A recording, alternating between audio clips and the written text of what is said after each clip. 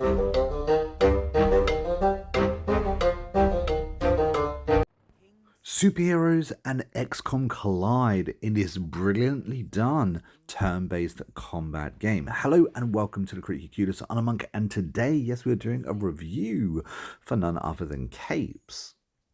Now, Capes have been developed by Spitfire Interactive. It will currently set you back around £35 depending on which platform you're buying it on. And it's going to be available on the Xbox One, the PlayStation 4, PlayStation 5, Xbox Series, and Steam, as well as Switch. Now, within this game, you take on the role of generic superheroes. So there's no branding in here. This is brand new superheroes, brandly reimagined for this game. The general idea is that you go around recruiting superheroes, taking on what is known as the company. Now, of course, the company have super villains as well, so there's a lot of soup versus soup in this game. Now, this is turn-based combat as well. For anyone familiar with the genre, you should be very familiar with the way this game will tend to play out. And of course, within combat, you have a few different things you can do. You have a movement bar in which you can move to the number of movement points that you have. And you have two actions that you can take. Now, you have a variety of different actions to choose from, as well as an ultimate which you can unleash on the battlefield too. Now, what I found is this game is more like a puzzle game. A lot of these missions are very difficult, so you have to figure out exactly what you need to do in order to complete that mission and, of course, move on. When we talk about moving on, you actually acquire XP as well. Your superheroes do level up. The higher their level, the stronger they become. You actually unlock skill points as well, and you've got more abilities that you can unlock through that way. There's also a different way of getting those skill points. There are a number of different objectives that you can do in every single mission. And of course, the more of those objectives you complete, the more skill points you actually unlock. This, in my opinion, is a really good thing because it adds an extra layer of depth, not only to the game, but to the combat as well, as you're trying to navigate not only this level, but trying to, activate a certain number of abilities, or trying to make sure that none of your superheroes get KO'd. Whatever it is, you're trying to make sure you tick off those objectives, because getting more skill points is absolutely vital to your progression in the game. I think it's done rather brilliantly. This isn't necessarily the most complicated game out there, but it definitely adds to the depth of this game. Now, you can recruit a number of different heroes, and you typically recruit up to 4 different heroes at any one time. That's how many troops you can actually have on that battlefield. And if you play enough of the game, you can really start to feel like you have assembled your very own team, a team that you like. You can use for certain characters over and over again. There are quite a few different heroes that you can recruit too. And every hero has their own kind of personality and people that they kind of work well together with, because you also have team abilities. So if you have two superheroes that are in close proximity, they're able to unleash a team up move. Tends to empower those generic moves of that same character. Another thing I think adds to the depth, especially of the combat of this game, is that every single hero has unique objectives. Now, if you fulfill those unique objectives to that character, you'll unlock bonus skill points and even optional missions, which again, I think is really cool.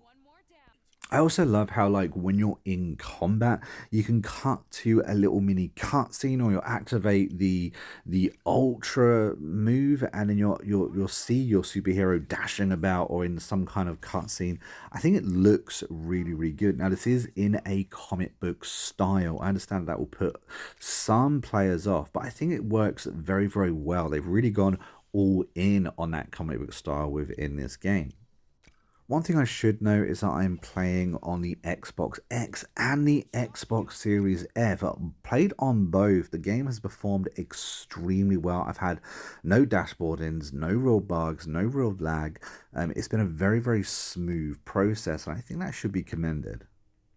This is also a fully voice acted game, and there's a lot of mini cutscenes, there's a lot of dialogue in here, and it really just adds to the immersion to get you stuck into this game. Some of the voice acting's done better than others, but all in all, I've been very impressed, and I'm glad they've added it.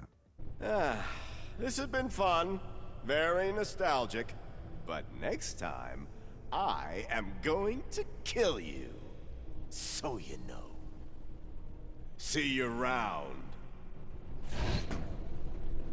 He's gone now. I think.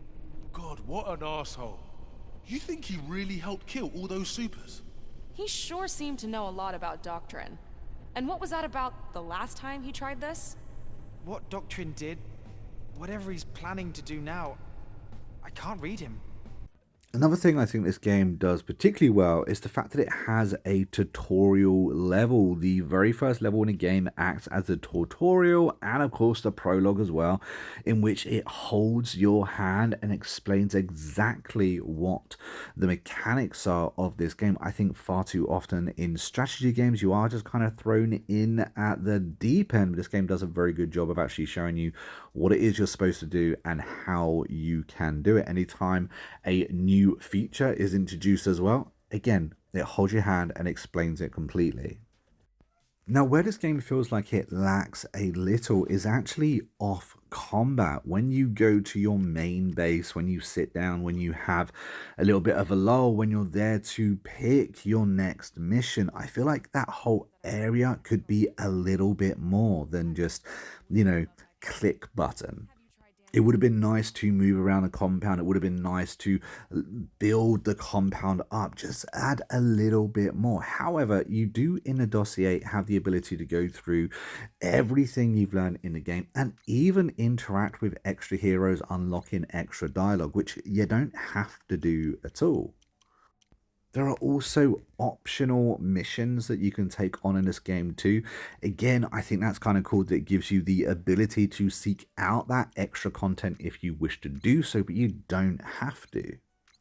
Now, personally, I absolutely love superhero games, Marvel, DC. I don't care what it is, I just enjoy it. And there's not too many of those superhero slash XCOM style turn-based combat games. So it's really good to see another one hit the platform. And you know what? I believe they've done a very good job. It might be lacking a little bit of polish, it might be lacking a little bit of depth, but what it does do, it does very, very well. This is a tough game. There are a variety of difficulties that you can play it on, so if you want to make it harder, you can do so. But certainly, as this isn't a AAA rated game, I'm very impressed with what they have to offer. I'm going to give this game a 7 out of 10. It needs a little bit of polish, and I'm sure they will add extra content as this game goes live. But it's one that I'm going to be looking out for and enjoying playing in the future. If you stuck around to the very end of the review, a big thank you to you. Don't forget to comment a red banana down below, just to confuse all those people new to the channel or that didn't watch to the very end. But until next time, I've been a monk, we've been a Criticus, and I'll see you in the next video real soon. Until then, take it easy and happy gaming. Who the hell are you? We're the good guys. We're here to help. Maybe if we work together, we can take down Crash Damage. He's not my problem anymore. Huh? Thanks for the diversion, slowpokes.